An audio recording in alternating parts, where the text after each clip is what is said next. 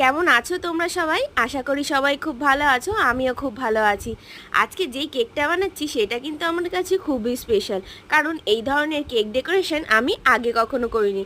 আর এটা বানিয়েছিলাম একটা পুচকু মাম্মামের অন্নপ্রাশনের উপলক্ষে। আর এটি ছিল আমার বান্ধবীর মেয়ের অন্নপ্রাশন।